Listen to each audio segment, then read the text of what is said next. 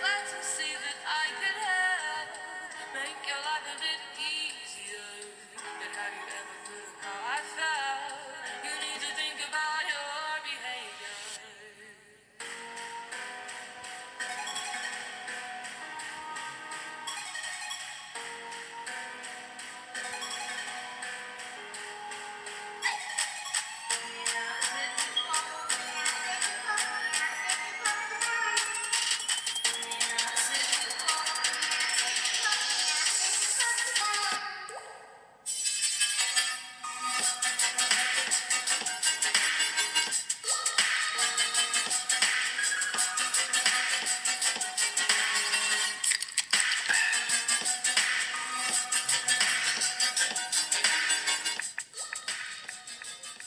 Boy, it's been a while since I've been on the air, but I'm glad to be on it here. I am simply Butch, and welcome to Butch On Sports, the sports show where we can get indignant if we want to here.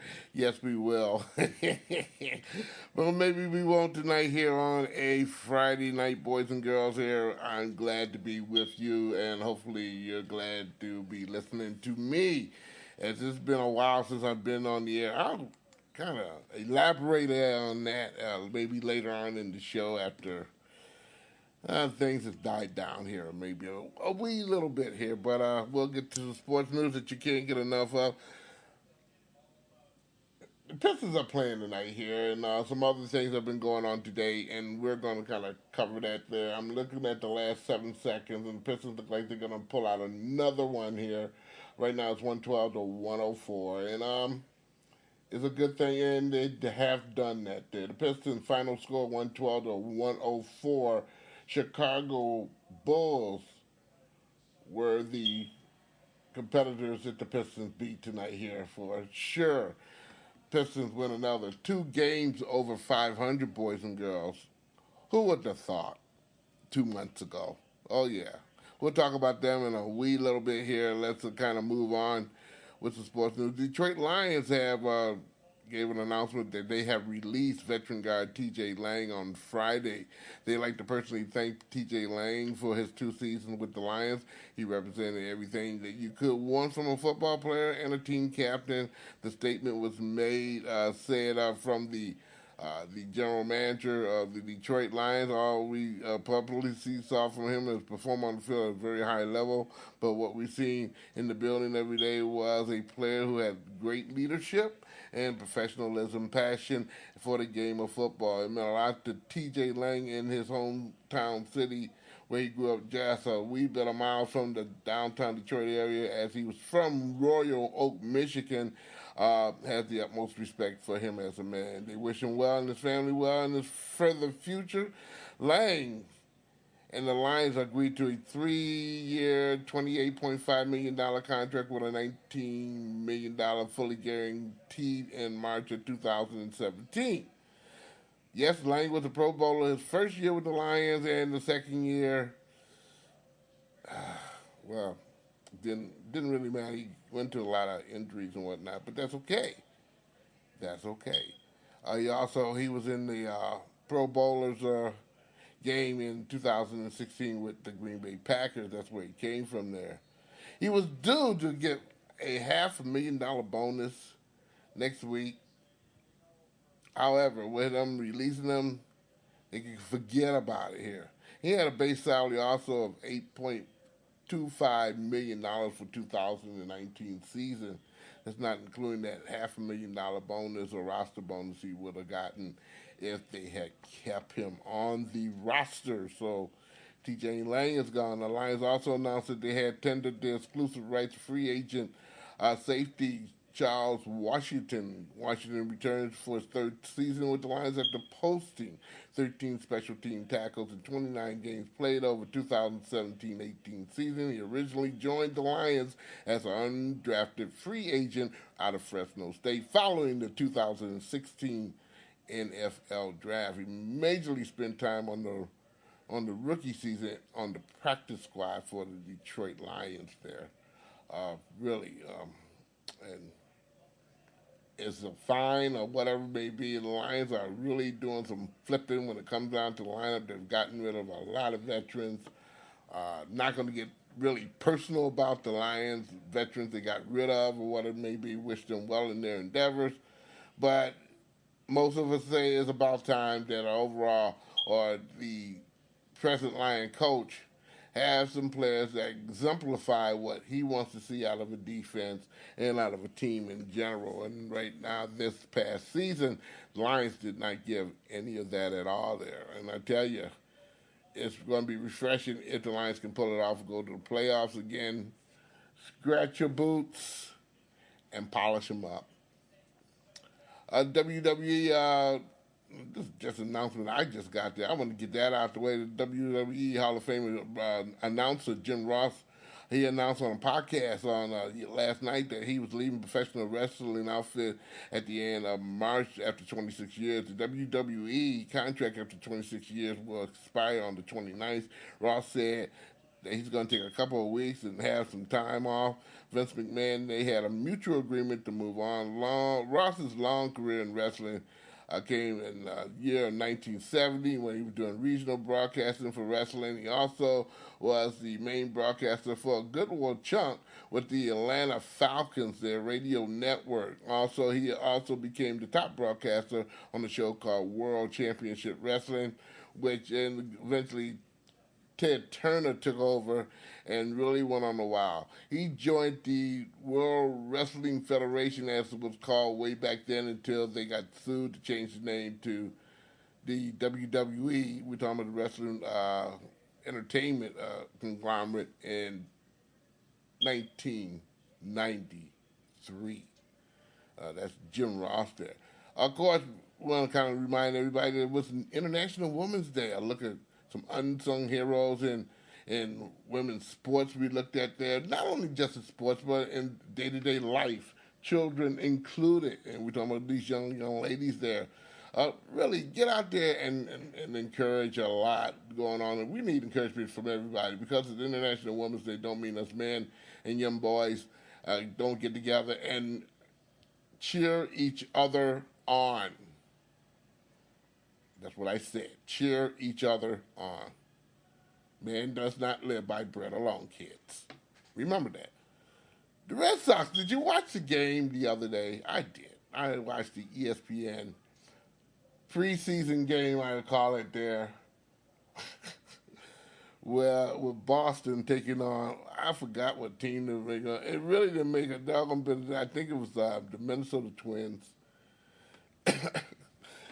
It was the most comical thing that I had watched on TV in a long while. And let me get you caught up with the skit here. ESPN had mic'd up at least 7 players in the field.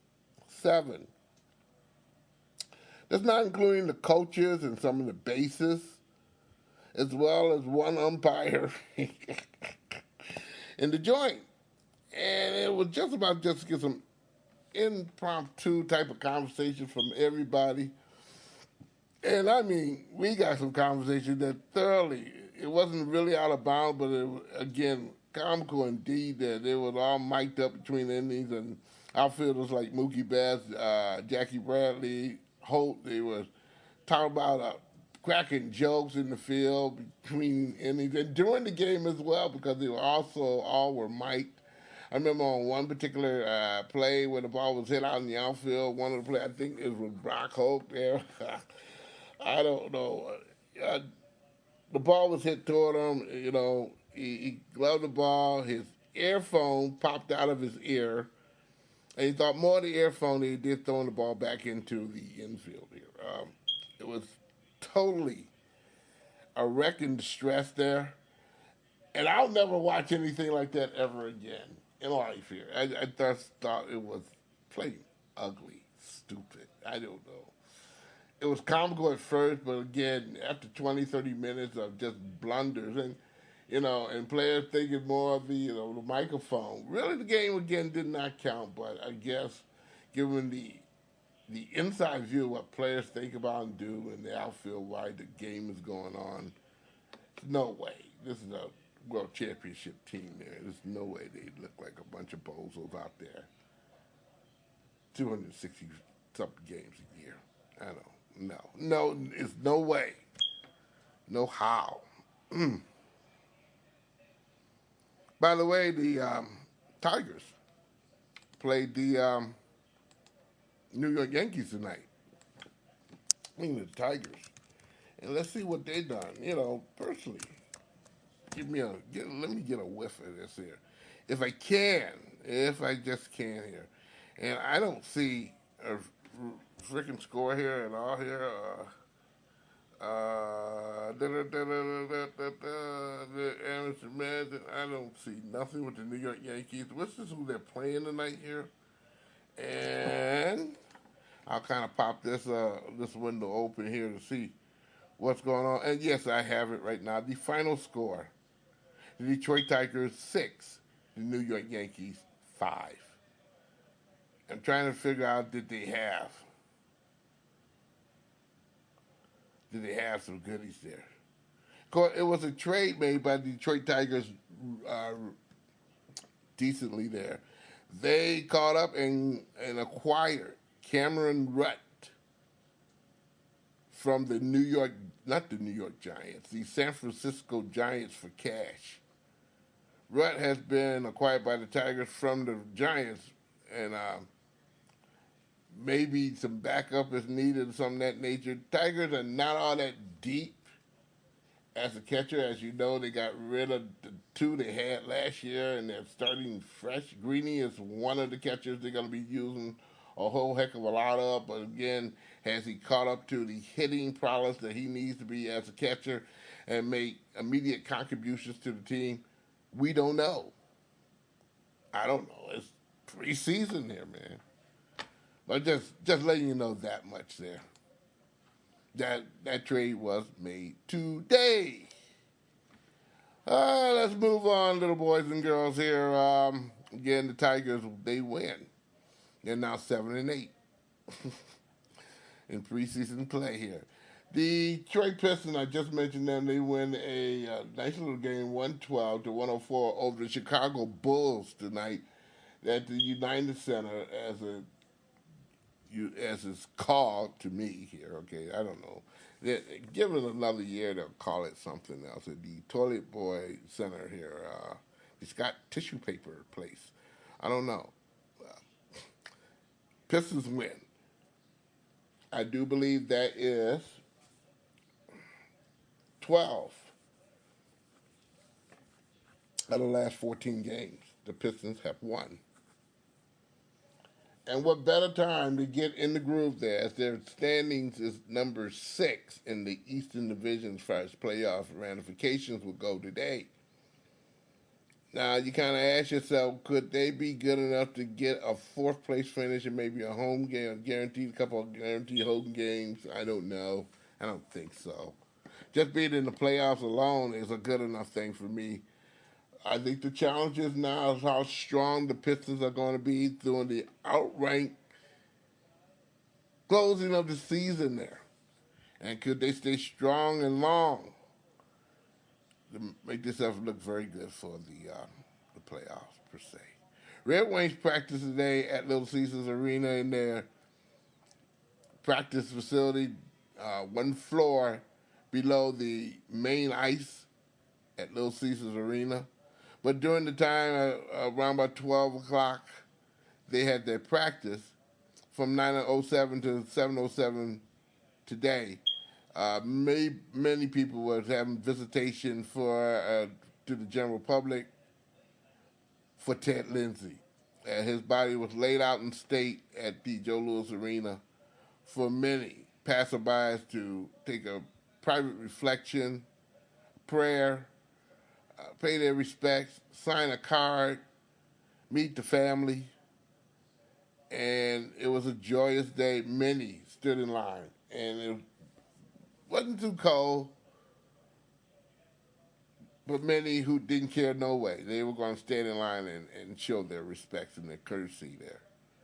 Ted Lindsay, a great player for the Detroit Red Wings, since I've known of it. Very, very approachable guy. Very approachable. Very humble person, individual there. For someone to be so rough and tough in that doggone arena there. Very humble and appreciative person that he had that opportunity to do so. Many would have threw it away, but he cherished every moment. And you could tell his play on the ice, as well as his personal life, as he gave and gave back tremendously to everybody, if it wasn't but a conversation or try to gain money for their particular service. Autism was especially there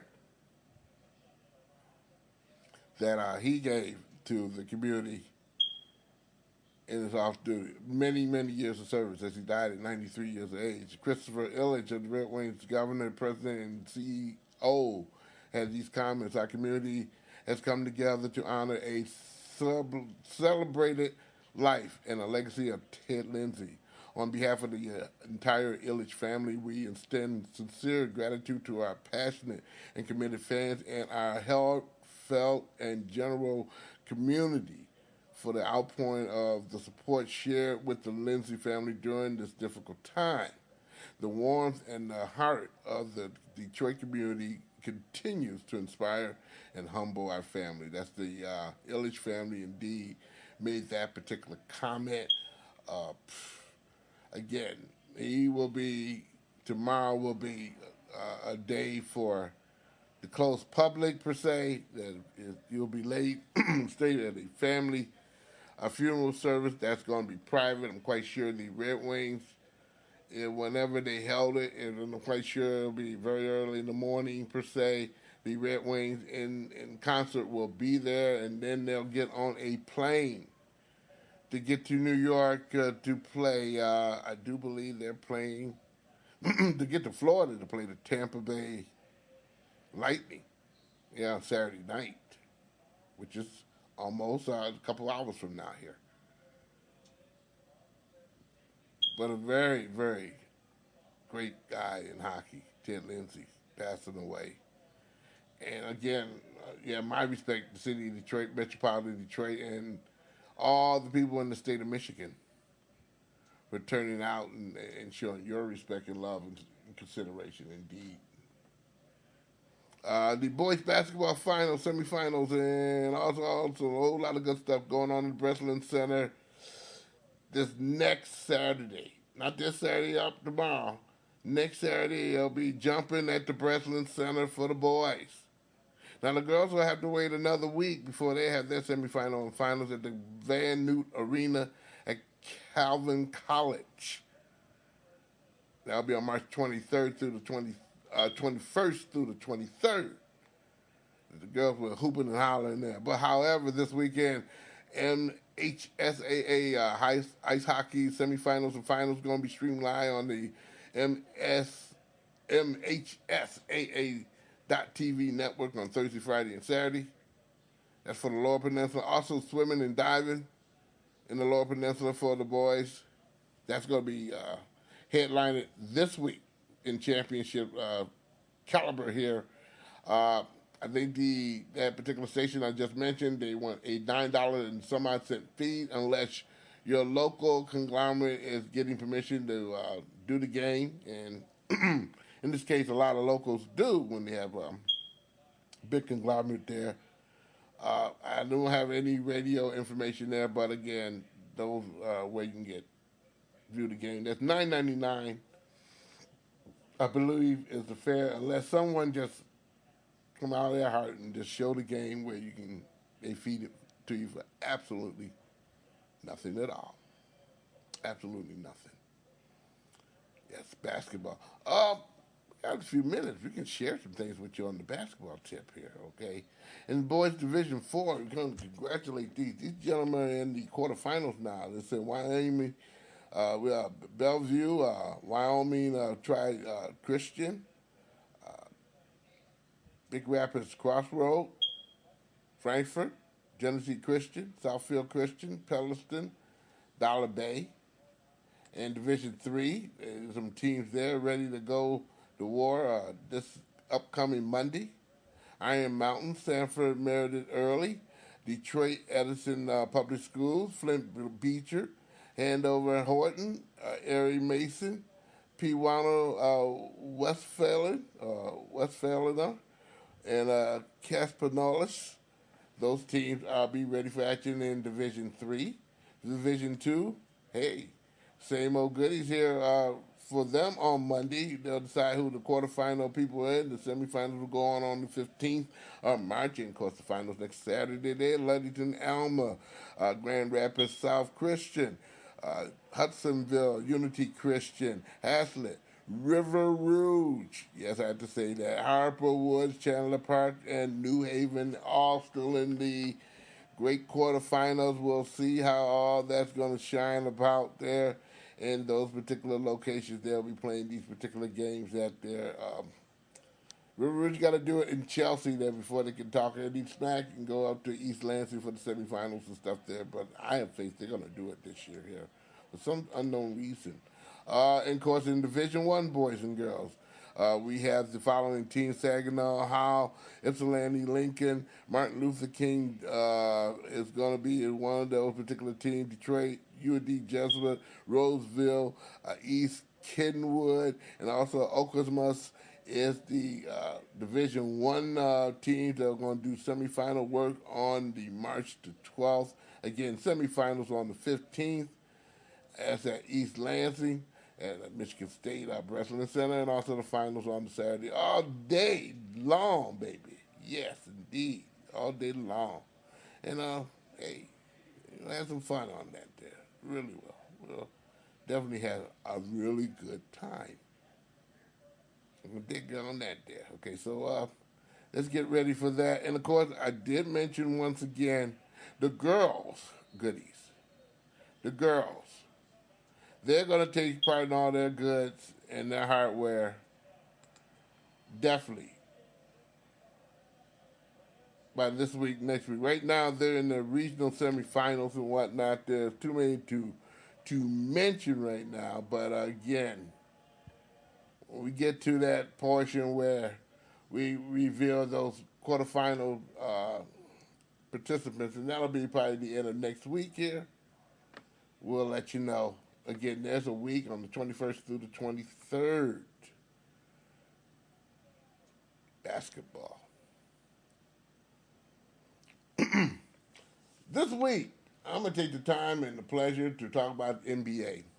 I haven't really taken anything personal on the NBA yet, but you get sick and tired of listening to some things to precedence other.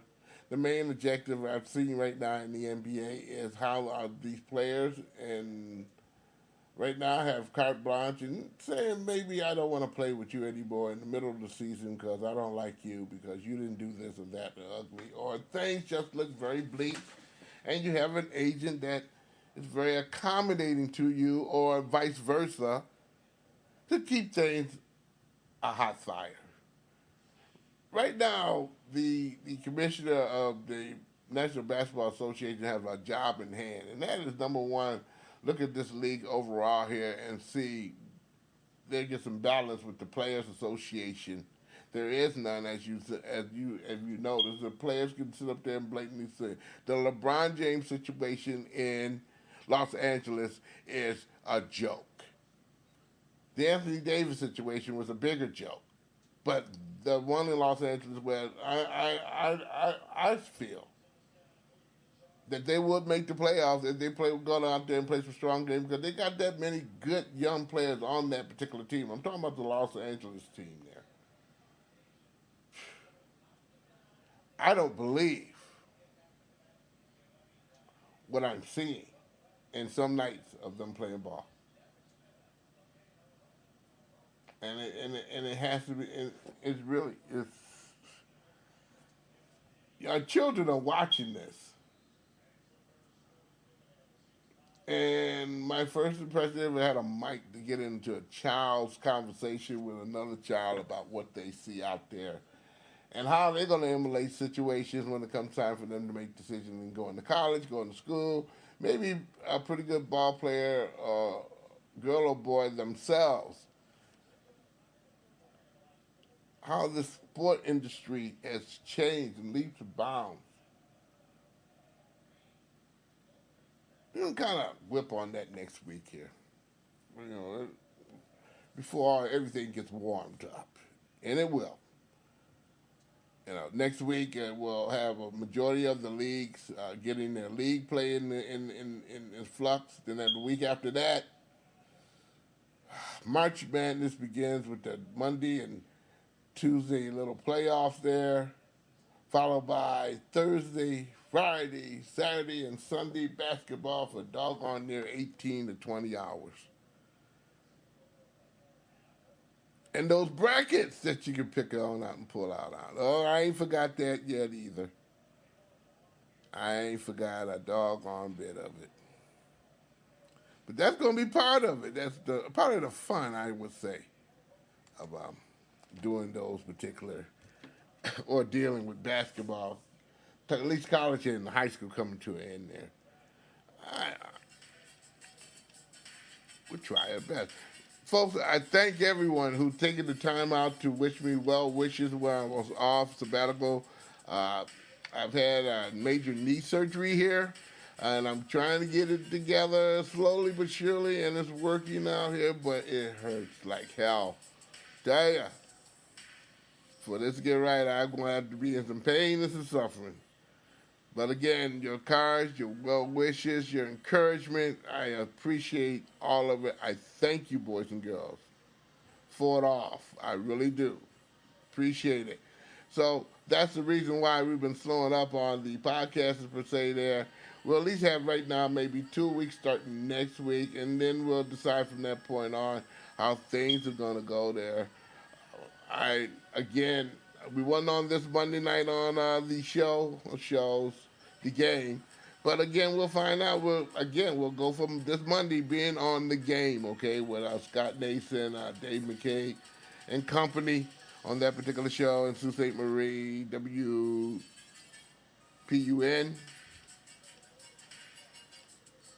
or WUPN in Sault Ste. Marie there. The Eagle, 95.1.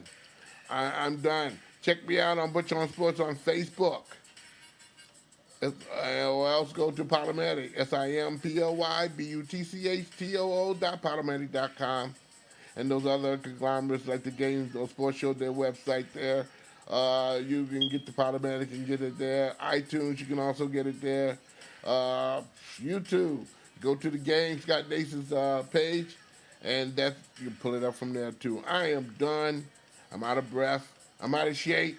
I don't know. Hey, catch you next week.